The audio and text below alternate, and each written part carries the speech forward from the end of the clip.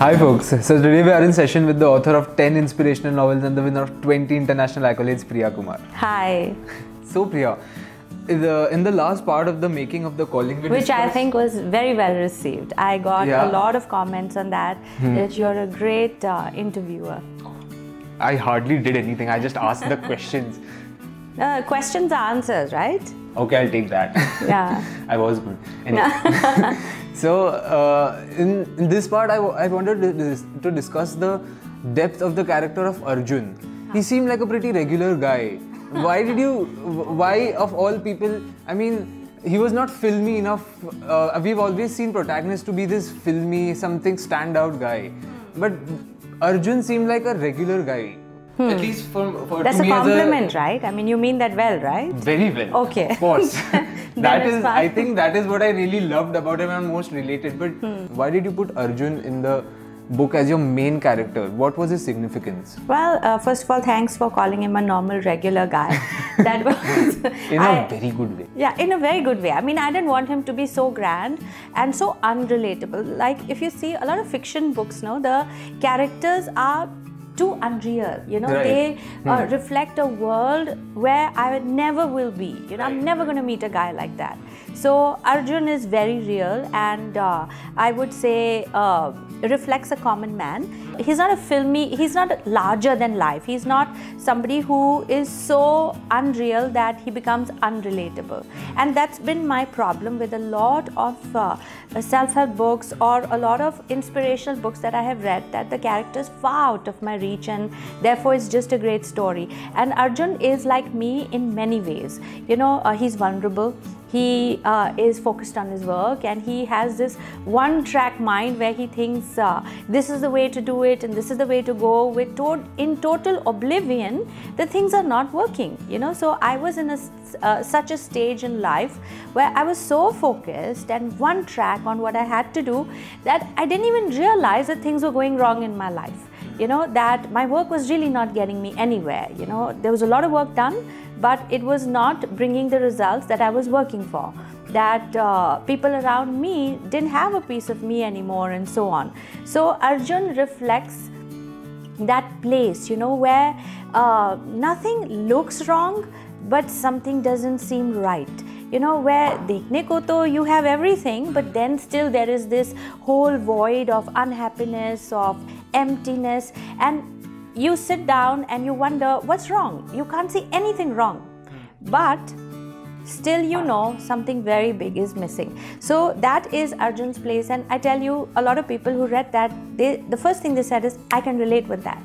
That nothing is wrong. Definitely. That, you know, even then, way back then, this is decades ago, if I were to tell you, I don't know what I'm doing with my life, you'd wonder and say, really? But you look so sorted. You know, on the outside, we all look sorted, but we know inside that something's going on, and a lot of people are not able to put their finger on what's wrong. So Arjun, in that sense, reflected a part of me many years ago, and in understanding that self and in putting it to perspective with Arjun, I have brought myself to a place where I will never be there again. Where the minute there are signs that something's wrong, I know what it is, I know how to pinpoint it, and I know how to correct it. Okay, but all the trials and tribulations, why did you send him to the Himalayas? I mean, every Himalayas are considered as the one-stop shop for, you know, all the spirituality, wisdom. So why? Sannyas. Why particularly the Himalayas? Well, it's very mystical. Where else will you go? You know, I mean, where else? I mean, of course, India is very rich that way in terms of places to visit. But Himalayas is my personal favorite. It's the mountains, you know, you go on top and everything looks small. It's a great place to be. And plus, to get there, you have to have a lot of alertness and presence of mind. So I wanted him to get a lot of distance. Actually, because he lived in Delhi, I wanted to send him far away. Anyway, so I sent him to the Himalayas because I wanted, like I said, the distance, you know, and that also comes from a personal experience that my work keeps me traveling, you know, and it just gives distance from my current life to where I am going as my job. And I have found that distance is very healing. You know, let's say for instance, doesn't happen very often, but let's say for instance, I've had an argument with my mother. Okay, and you know, when you are in that space of kitch with people, and because you're in this same space, that resolution doesn't happen very easily. Right. You know, it takes a while for either party to say, okay, ya to jaane do, or I was wrong. But let's say, I mean, imagine a scenario where I've had a tiff with my mother and I'm packing my bags and I'm leaving. I mean, actually, that's the instinct you have, you know, I'm leaving and I'm never going to come back. And my work allows me that distance and pays me for it. You know, so so let's say I have left. Now while I'm gone and I'm doing my work, and my mother also has that space from me, and then when I come back, and I tell you this, it's been 20 odd years of my profession in motivational speaking, which gets me to travel. I have never come back to the problem. I mean, there are times when none of us have to say anything, but that distance just solved it. You know, so I wanted to send him away to get that kind of space. And with my job, the greater the distance, I love it. You know, so send me to the furthest place on the planet and I'm the happiest. Sometimes I go just for a 1 hour talk and the journey is like 26 hours each way. And I relish the fact that I leave everything behind. And have you ever gone on a long travel? Definitely. There's this once when I went for a Chandrakhani trek, okay? It's in the Himalaya. So I was detached from the world for 10 days. I mean, that was everything I needed. Exactly. You know, even if you don't go with the problem, or even if you don't go thinking I have to solve something, just that distance gives you so much clarity. It gives you so much energy. And then when you come back, something definitely has shifted. Yeah, so that's why I sent him to the Himalayas. You've come this far that you sent him to the Himalayas, and it is a part of you. So if I put you in Arjun's place, so there's this point when Arjun, he is pitted against a sadhu whom he has to replace on his stone. If I put you in his place, what would you do? Oh, what do you think? I was not in his place. I like that. So, of course, I mean, you're telling me as if it's a secret, you know. I mean, that's who I am. You think this was the first time that a position or a condition like that came, that I couldn't have put Arjun onto that stone for the sadhana if that is not something that I had experienced myself. Otherwise, how would I know? Okay, even if it is in a parallel universe, like. So you have taken a sadhana? No, I don't think I can keep quiet. No? It's against my profession. Of course, you're a speaker for a profession, okay. Yeah, and see, if I'm not talking, I don't know really, I mean, of course I have tried to elaborate in the book what the sadhana is, but I don't think I can meditate. I'm just way too excited to just sit. But solitude I love. I mean, give me space, and now that space opens up with a lot of conversations that I need to hear, never had. Sometimes with myself, sometimes with people that don't exist. You know, so that space for me is very valuable. So when somebody says meditation, I think silence, and a whole universe now talks to me. But I tell you, for me, Arjun is a person who is suffering. You know, and he's suffering silently. He's not going in tom-tomming and telling people what is going on in my life. And I like people who suffer. You know, when somebody tells me, oh, I'm very unhappy and I'm suffering, I'm very happy. That at least he's aware. Because, you know, I feel it takes a high degree of awareness to realize I'm not happy. Because a lot of people, when they feel this void, or they feel this tension, or they feel that there is a problem, they go in denial and then they distract themselves. You know, they will now go and do whatever it is that people do to distract themselves, and therefore never handle the problem. It's people who say, I'm messed up, I'm, you know, not happy, and I'm suffering, and I blah blah, whatever not, means now he's going to look for it to get out of it. Yeah, so there is hope. So not that Arjun was messed up, but he was suffering, and therefore he was aware. And he went on this whole trip into the Himalayas on the saying of the sadhu. Yeah, how random is that? And then he meets Chandu on the way. You know, and Chandu is this quirky teenager who actually leads him to the lessons. And I also wanted Arjun to be a character like me who's open to learning. And you know what? A lot of people are open to learning from a third party. Right. You know, they will do what a third person who they never met or they will never meet again also told them. But then the same thing the wife is saying at home, the same thing the mother's been saying for 20 days or for a lifetime, wo nahi sunenge. But you put him to the Himalayas and one sadhu with ash smudges on him will tell you, beta, tum ye karo, and now wo wohi karega. Yeah, now it's a life lesson. Yeah, wow, then when he goes... never know it before. No, but he knows it. Now he'll go home and tell his wife that sadhu told me, tum ye karo. One whack she'll give him. Main 10 saal se tumhe wohi bol rahi ho. So, but that's the beauty of it somehow, where a third person brings us a message and we see it as a sign from the universe. The same lectures heard at home and we're like, that's noise.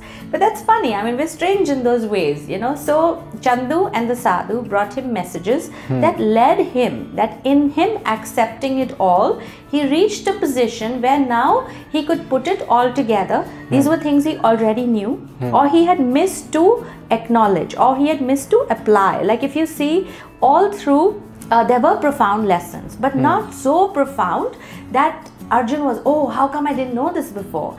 He always was a little taken aback that this was always there, but I never really took it or I never really applied it. So therefore, the importance of a third person in our life is very, very crucial. You know, for instance, when I go for my workshops and I talk to people, I'm a third person for them. Right. And they listen to me. Correct. You know, it could be I said the same thing, somebody else or their boss is telling them every day, but because Priya Kumar said it, I'm going to do it. You know, and similarly for me, that when I go for a session or a program, let's say there are 1500 people, for me there are 1500 third parties, and I am so eager to stop talking and to start listening to them to get the message these 1500 people have got for me because they are in my space. And Arjun as that character is very aware that if he has come in his space, he's got a message for him. So unknowingly, he's looking for that. He's seeking that.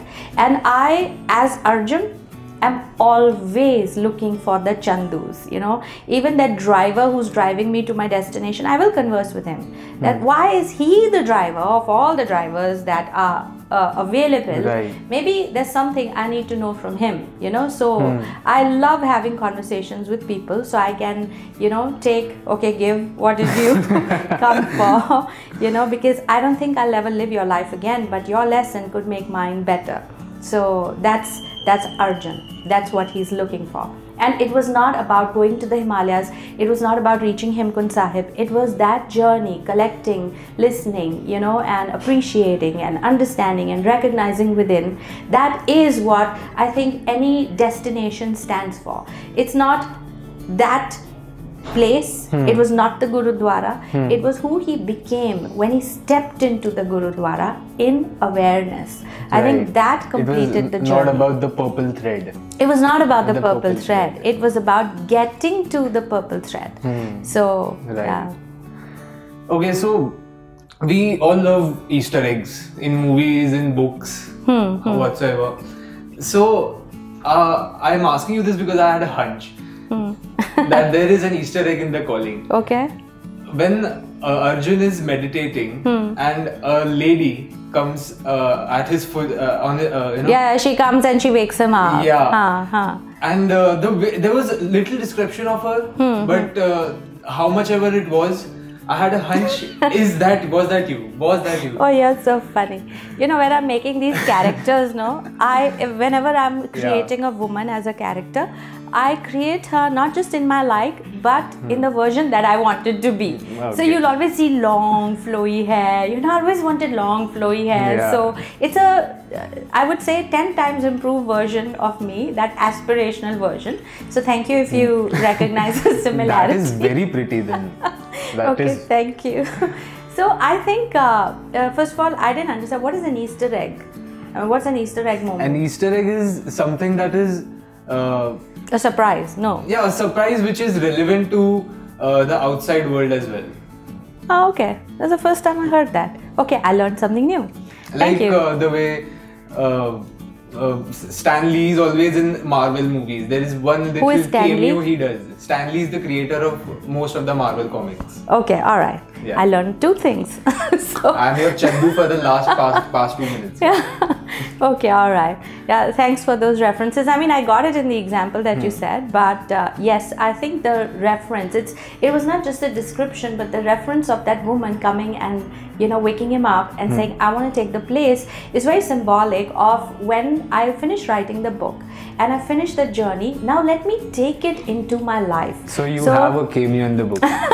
She has a cameo in the calling. I like that angle. Okay, yes. Okay, so one last question. Okay. I myself come from the creative field. So there is one thing I always wanted to know from a fellow author, someone who is as established and eminent as you. Oh, thank you. When I'm thinking of my story, I live it, right? I am under the skin of my characters. And I'm living it throughout unless I put pen to paper. Okay. So once you have done it, you have published and your books are received so well. How do you, what is that feeling? Is there some kind of a liberation of the characters? I think my characters are liberated in the end. Like all of my books have so many alternate endings, you know, and one finally makes it to the book. So I have ended the book in so many possible ways. Like in one of the endings was that Arjun found that girl. Yes, you know, yes, and yes. he told us like, okay, chalo, ab tum fir jao, you know, you couldn't appreciate me and see me, and so on. So it had many alternate endings, which also tells me there are so many possible ways to end your story, or there are so many possible ways to conclude a project. But then you see what fits most with you. Like for me as a person, I don't like to break things. I'm the last person to fire anybody. I'm the last person to leave also. Even when the conference is done and people are gone, I'm still there signing books and chatting and so on. So I'm not a fan of breakups. I always feel there is hope, that hey, there is a solution. So I brought Arjun back with his wife. But after that is done, of course there's another journey that continues. Abhi iske baad kya?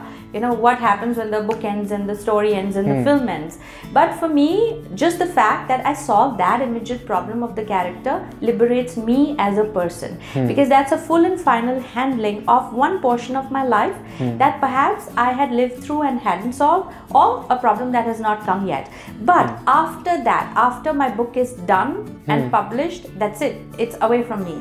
I have no further attachment to it. So whether you praise it or criticize it, it makes no difference to me, because it's gone from my universe, you know. It's वो अब वहीं पे छोड़ दिया मैंने, चरणों में डाल दिया. Whenever I do a firewalk, I do a prayer firewalk where I offer my book and say, अब तुम्हारे हवाले, अब जो है वो तुम्हारा है. So in that book going into the ashes and flames, now it's away from me, and whatever destiny it holds, let it meet that destiny, because I have that distance and I'm already on to the next project.